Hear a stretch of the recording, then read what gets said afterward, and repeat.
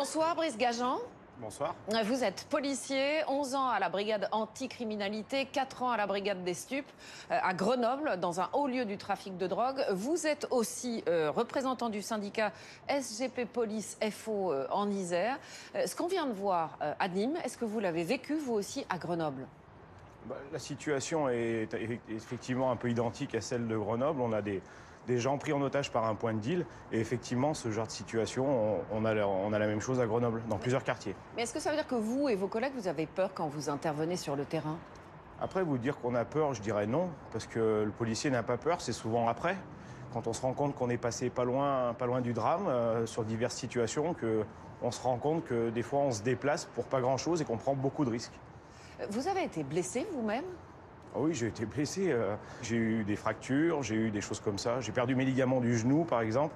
Je me suis cassé la main en arrêtant un braqueur en flagrant délit. Et puis divers accidents de la route, notamment. Ça arrive souvent quand on roule vite à la poursuite des gens. J'ai été blessé plusieurs fois. Il y a des intimidations au quotidien aussi. On a des collègues qui sont de plus en plus victimes d'intimidations indirectes, avec leur nom tagué sur les murs. On a même des collègues de Grenoble qui ont eu leur boîte aux lettres de leur domicile taguée avec des menaces. Et puis les affiches, comme récemment, où on appelle au meurtre, clairement, sur des collègues de Grenoble. Vous, clairement, vous en bavez sur le terrain. Mais vos chefs, ils vous disent quoi ? Alors on en bave, justement, on ne sait pas ce qu'ils nous disent parce que tout est flou. On nous abreuve de directives qui ne sont jamais les mêmes. On nous pousse un peu à faire du volume alors que le flic n'attend qu'une seule chose, c'est de faire de la qualité et de faire simplement que son métier de flic. Mais ça veut dire qu'on vous demande clairement de faire du chiffre, c'est ça ? Alors on peut dire que c'est du chiffre, effectivement. Après, c'est pas quantifié. On vous dit pas allez arrêter 10 personnes, 10 dealers ou 10 guetteurs. Ça marche pas comme ça. Mais en fait, il est indirect le chiffre. En multipliant les opérations de police dans les quartiers où on cherche du guetteur, un petit peu de vendeur et les gens ou des consommateurs par exemple, en fait vous le faites le chiffre indirectement. Mais vous ne faites pas de grosses enquêtes, des enquêtes efficaces, c'est ce que vous dites. À mon sens, on n'en fait pas assez et on n'en fait plus.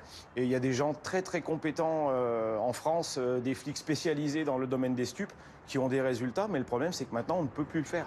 On entend dans notre reportage, justement, les policiers de Nîmes dire clairement le trafic est plus fort que nous. Est-ce que ça veut dire que les policiers ont perdu la bataille dans ces quartiers ? Moi, je pense que non, parce que les policiers y sont. Donc s'ils avaient perdu la bataille, ils n'y seraient plus. Il faudra peut-être que nos dirigeants réfléchissent à un autre axe d'attaque, à de nouvelles directives pour être efficaces. J'en reviens toujours à ce mot-là, mais pour nous, c'est le plus important parce que c'est le cœur de notre métier, c'est notre vocation, c'est d'être efficace. Mais justement, pourquoi on n'arrive pas à juguler ce trafic de drogue en France ? Ça fait des années que ça dure.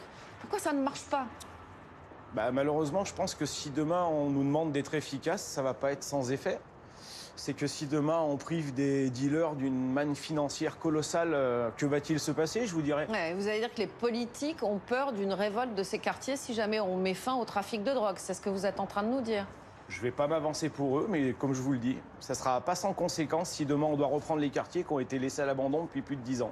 Beaucoup de vos collègues se disent aussi découragés parce que quand ils arrêtent un petit trafiquant, souvent ils le retrouvent le lendemain ou le surlendemain dans la rue. En clair, il ne s'est rien passé au niveau judiciaire. Si vous faites une enquête de qualité, la réponse pénale, elle sera là. Dans tous les cas, moi, je ne vais pas taper sur les juges. Il y a des juges qui sont ultra compétents, comme des flics ultra compétents. Mais par contre, une chose est sûre, c'est que plus on fait du volume, on perd en qualité. Donc la réponse pénale, elle est moindre. Et effectivement, sur des multirécidivistes, de toute façon, les magistrats n'appliquent plus les peines. Il n'y a plus de place en prison et ils sont complètement bloqués. Donc effectivement, on voit des gens dans la rue. Le ministre de l'Intérieur, on l'a tous vu, est venu à la rencontre des policiers en colère la semaine dernière devant l'Assemblée nationale. Vous en pensez quoi, vous ? J'en pense que c'est bien de venir, mais au bout d'un moment, arrêtons les palabres. On veut des actes clairs et du courage, tout simplement. Donc si M. Darmanin est enclin à faire tout ça, avoir du courage et des actes, les policiers sont preneurs. Mais une chose est sûre, c'est qu'on est à bout, les policiers sont à bout, et ça ne tiendra pas longtemps. Gérald Darmanin a aussi annoncé en début de semaine une amende de 135 € pour les guetteurs, ce qu'on voit d'ailleurs dans notre reportage, et que vous avez côtoyé à Grenoble pendant des années. Vous en pensez quoi de cette amende ? Ça va être efficace ou pas ? J'en pense pas grand-chose, parce que 135 € pour un guetteur... Qui est un guetteur ? Il faudra déterminer si c'est un guetteur ou pas. On a déjà vu des points de stup conséquents qui remboursaient leurs clients. S'ils se font attraper et verbaliser, le point de vente les rembourse. Donc si c'est un membre même du réseau, Les 135 €, il va les payer tranquillement s'il se fait avoir.